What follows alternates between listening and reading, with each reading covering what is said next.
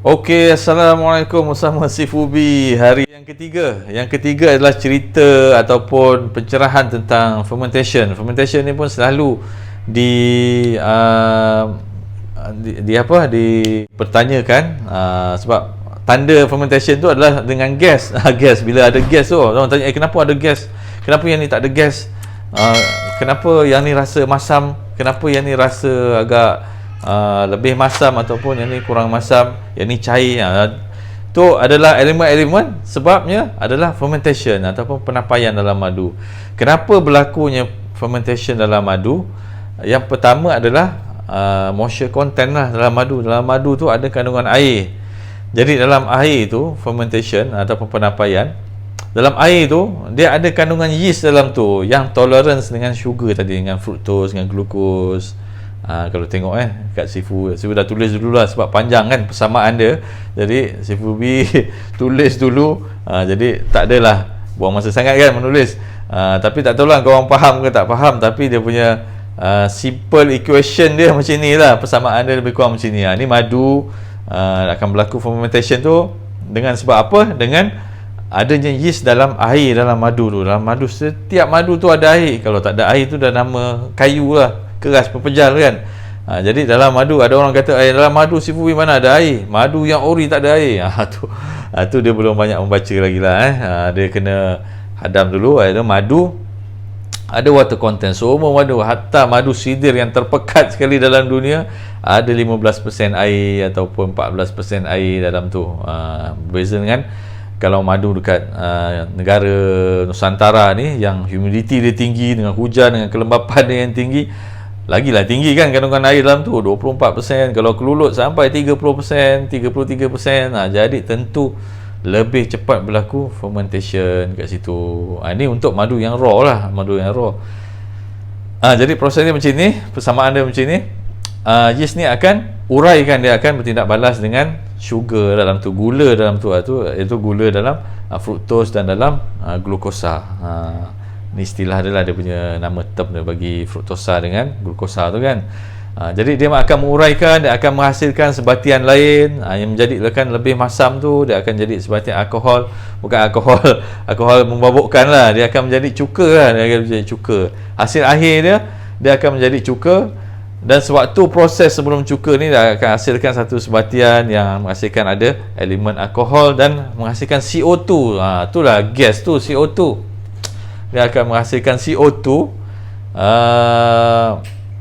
bagi kandungan madu yang fresh. Bila kita pada satu jangka masa tertentu, dia akan uraikan gula dalam tu. Jadi kita simpan dalam botol kan. Makin lama pressure dia akan makin kuat, sampai ada rakan madu Sifu B yang buat test dekat China. Ada test, dia kata madu tualang kan untuk ekspor ke China. Dia test tekanan dalam botol madu tualang tu lebih daripada 2 bar, 3 bar dia punya tekanan dia, dan semakin meningkat sebab dia non-stop lah. Dia bukan macam arak ataupun arak tu pun dia dalam 1% je dia punya pressure dia, sebab dia dah matikan lah dia punya ini kan, dia punya proses yeast tu yang berlaku tu. Jadi dalam hal ni dia akan berterusan. Sebab tu kadang-kadang boleh pecah dia punya botol tu. Dan hasil akhirnya dia akan teroksida lagi, dia akan hasilkan asid asetik. Last sekali dia akan hasilkan, sebenarnya yang kita dapat tu adalah cuka madu. Cuka madu. Dia cuma berbeza dari segi fizikal dan dari segi rasa, dia punya warna, dia punya kelikatan dia berbeza lah. Kalau semasa crystallize tadi dia berbeza, tapi dia jadi lebih keras. Kalau fermentation dia berbeza, tapi dia menjadi lebih cair. Jadi tapi kedua-duanya yang berlaku ni, sama ada crystallize atau fermentation, ianya masih mengandungi ataupun dia masih merupakan satu makanan nutrisi yang tinggi, iaitu elemen antioksidan dia masih banyak lagi dalam tu. Cuma kita lalu tak lalulah kita nak telan kan. Kalau waktu crystallize tu boleh lah dia rasa macam gula. Jadi kita boleh sapu dengan roti, ataupun kita boleh liquidkan balik, kita boleh cairkan balik crystallize tadi. Ada nanti tengok dekat video yang si Fubi sharekan sebab tu penerangan tadi crystallize. Kalau fermentation ni penampaian dia dia tak berapa sedap lah, dah jadi macam cuka kan. Tapi kalau siapa yang suka masam-masam pahit-pahit tu okey lah. Kebanyakannya orang-orang yang otai yang lama sikit dia suka madu, dia kata ni lebih kau ni. Ni lah madu, rasa dia pahit-pahit, masam sikit. Saya kalau madu yang manis-manis saya tak berapa suka. Saya suka madu yang macam ni. Memang subjektif lah. Ada orang suka yang macam A, ada yang suka macam B, ada yang suka yang macam C. So kita layan je lah.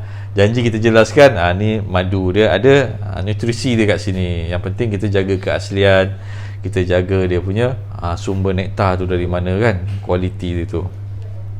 Dan dia akan hasilkan air, cuka dan air. Dan sebab tu madu makin lama kita simpan, madu yang raw dia akan makin cair, dia akan makin gelap, makin hitam, bau pun dah kurang, agak masam sikit. Jadi itulah tiga antara, kita recap balik, tiga antara soalan yang sering ataupun fenomena yang sering membuatkan ramai pelanggan tertanya-tanya, keliru ataupun salah faham.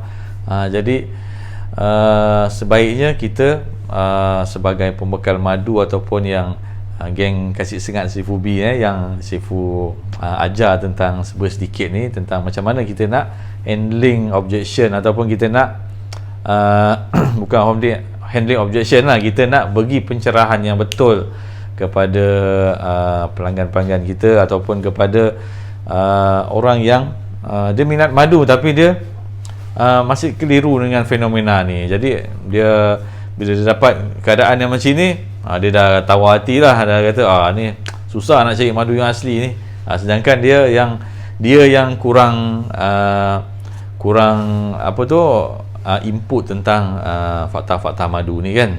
Jadi semoga bermanfaat untuk semua, untuk rakan sahabat-sahabat si Fubi. Semoga semakin sihat dan berkah. Jangan lupa ikuti lagi episod yang akan datang dengan topik yang lebih menarik lagi daripada si Fubi insya-Allah. Okey, sampai berjumpa lagi. Kalau ada soalan anytime tanya si Fubi. Si Fubi suka menjawab soalan insya-Allah. Okey, assalamualaikum.